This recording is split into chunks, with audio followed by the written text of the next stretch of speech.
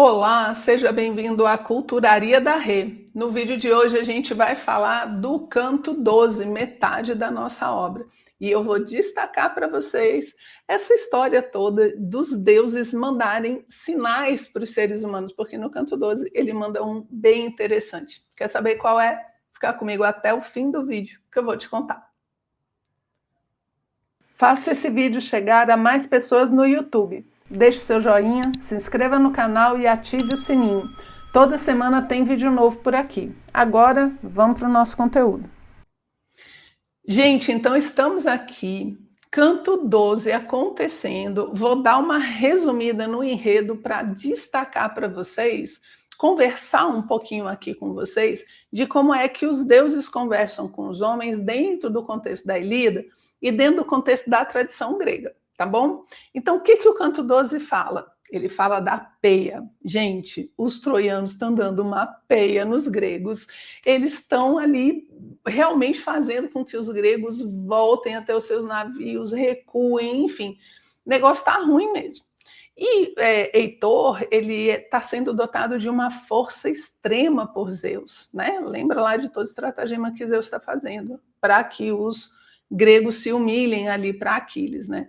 Ele está dando uma força enorme para Heitor, ao ponto de Heitor levantar sozinho uma pedra enorme, jogar ali na porta das muralhas gregas e ela se desfazer. O canto acaba quando Heitor está lá dentro chamando os troianos para colocarem fogo nos navios gregos. É aí que suspende esse canto.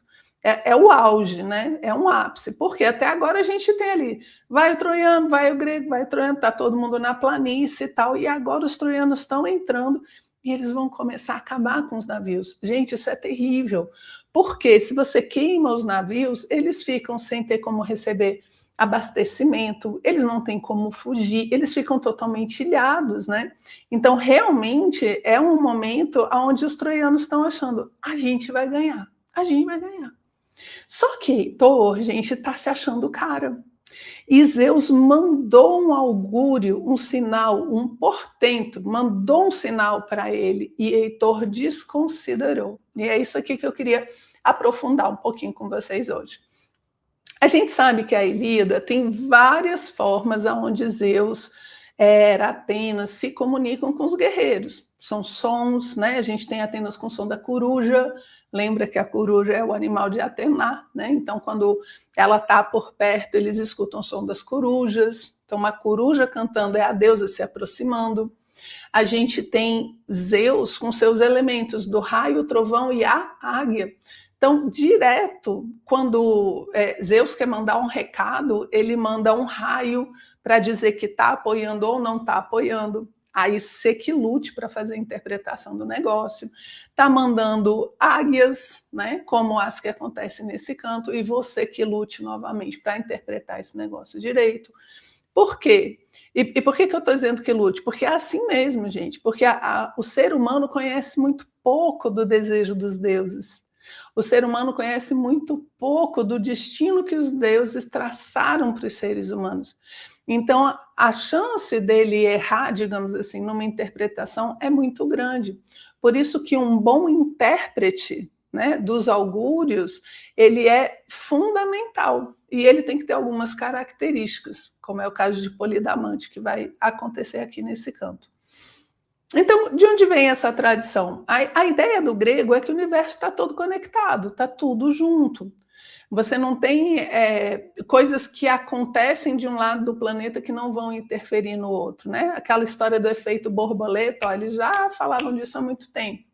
Então, eles imaginam, se passa uma águia, se aparece um peixe, se, sei lá, corre um cachorro, todas essas coisas estão dentro de uma lei inteligente e harmonizada, que se você tiver sensibilidade e conhecimento, você vai poder ver os deuses trabalhando por meio dessas coisas todas.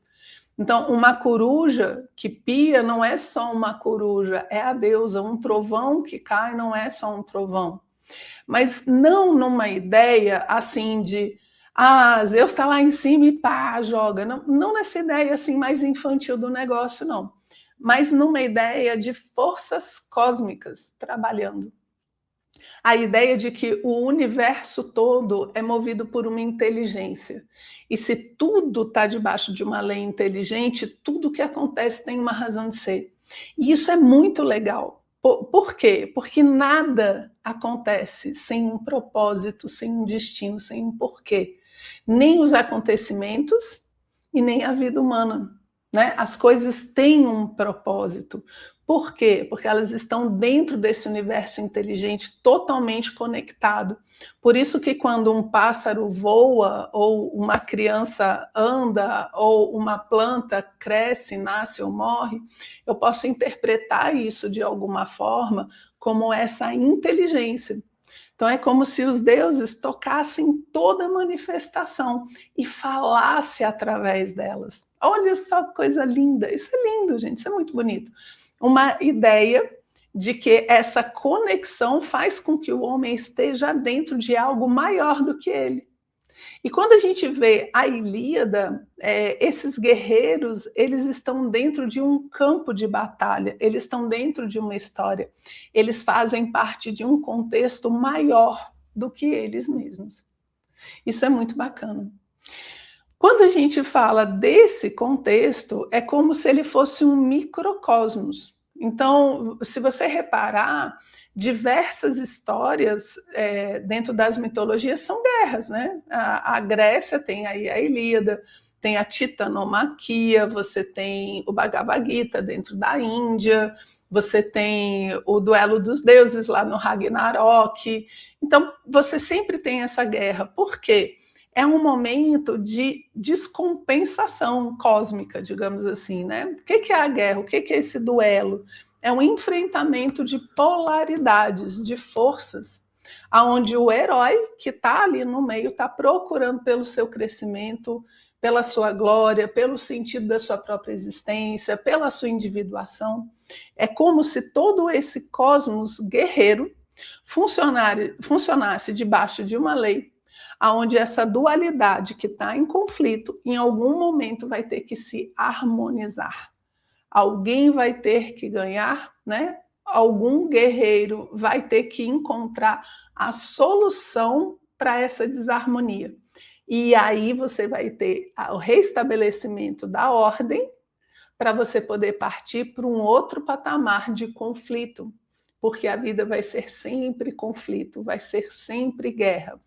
Harmonia, desarmonia, nova síntese, estabilidade, desarmonia, e assim a gente vai caminhando, ok? Então, o guerreiro dentro de um contexto como o da Ilíada é aquela pessoa que está dentro desse cosmos inteligente, que teve uma descompensação, onde as dualidades agora buscam por uma nova síntese. E ele, como guerreiro, vai ter que encontrar a síntese dele também, né? Então, isso muda muito essa perspectiva. Às vezes as pessoas têm a ideia de que essa interpretação de que os deuses mandam um animal e tal, ela é muito levada muitas vezes de maneira muito literal. Agora, pense de forma simbólica, né? De que tudo que acontece na vida tem um porquê. E esse porquê é metafísico, né?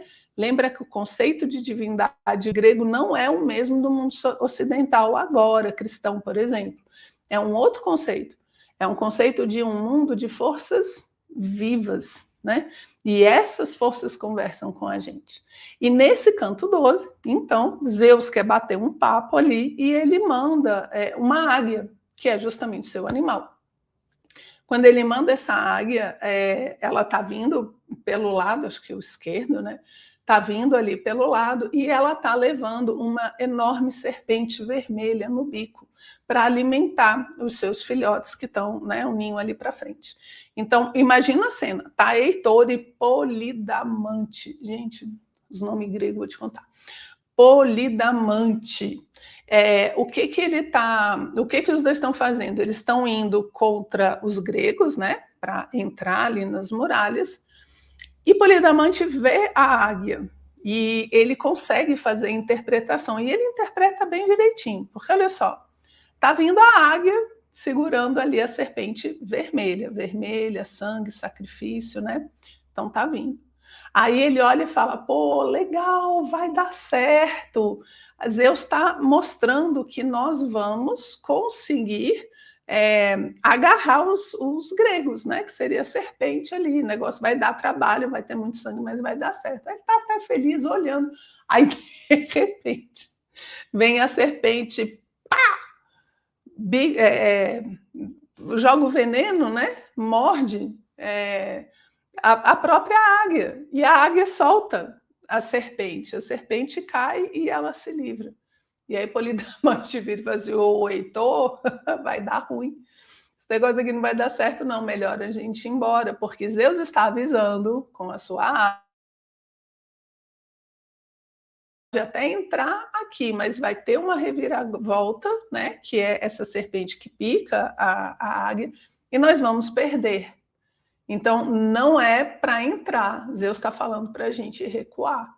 Só que Heitor agora está se achando o cara. O que ele fala? Tô nem aí, Polidamante, eu sou o cara, eu tô com toda a força aqui, melhor do que esses augúrios que não me interessam, tô nem aí se essa águia vai para a esquerda, para a direita, ela que vai para onde ela queira, porque o meu augúrio é lutar pela pátria e eu vou entrar. E aí ele vem cheio de orgulho, né? Entra, a gente já sabe que não vai dar certo mesmo. E Polidamante, então, fica assim, poxa, bem que eu avisei que esse negócio não ia dar certo. Então é interessante porque quando o Deus manda um augúrio, um sinal, não quer dizer necessariamente que ele vai tirar o destino das coisas. Porque, veja, ele mandou a águia, ele avisou que vai dar errado, e mesmo assim os homens vão cumprir com o seu destino, porque é para dar errado esse negócio. E o grego tem isso muito forte, que é a base das tragédias, né? As tragédias gregas, quanto mais o cara tenta não cumprir a tragédia, pior fica, mais ele engrossa o caldo no tentar fugir do próprio destino. E aqui Zeus mandou, é como quem diz assim, olha, só para constar, o negócio aqui vai dar errado. Polidamante fala, beleza, deixa eu tentar ajustar aqui. Vai dar errado mesmo. Então, os guerreiros estão dentro, né, desse cosmos, onde os deuses interferem, mandam os seus sinais, e estão eles aqui, como Heitor, Aquiles e tantos outros, buscando pela sua própria glória, ok? Então, ainda dentro dessa ideia de que a guerra é esse cosmos que já tem esse destino que os deuses já definiram, um comentário que eu queria trazer para vocês é assim, a gente sempre pode pensar no herói dentro desse contexto, assim como a gente na nossa vida, perguntar se a gente é limitado por essa visão do destino ou se nós somos canais, se nós somos ferramentas na qual o destino se realiza. Porque são duas visões muito diferentes. Uma é você ser vítima, né? Às vezes que nos parece cruel ou injusta, e a outra é você se sentir parte de um cosmos, parte de algo maior, e sentir que através de você algo muito importante está acontecendo. Através das nossas ações e através das nossas decisões, o cosmos está voltando a se harmonizar. O mundo está se construindo de novo, ele está voltando a ser um lugar com ordem, com equilíbrio, por meio de nós, por meio das nossas ações, por meio das nossas conquistas, aprendizados. Apesar de muita gente ver esse cosmos destinado pelos deuses como algo opressor, muitas vezes a gente pode questionar, mas será que não é inteligente compreender o destino e o que a vida quer da gente e realizar esse destino, realizar esse futuro? Muitos dizem que é aí que o ser humano encontra o seu destino e a sua própria felicidade. Então, eu não queria fechar, né, esse vídeo aqui sem trazer esse questionamento, né, e essa possibilidade para vocês, ok? Então era isso que eu tinha separado, falar um pouco desses augúrios, espero que você tenha gostado e a gente se vê no próximo vídeo. Um abraço.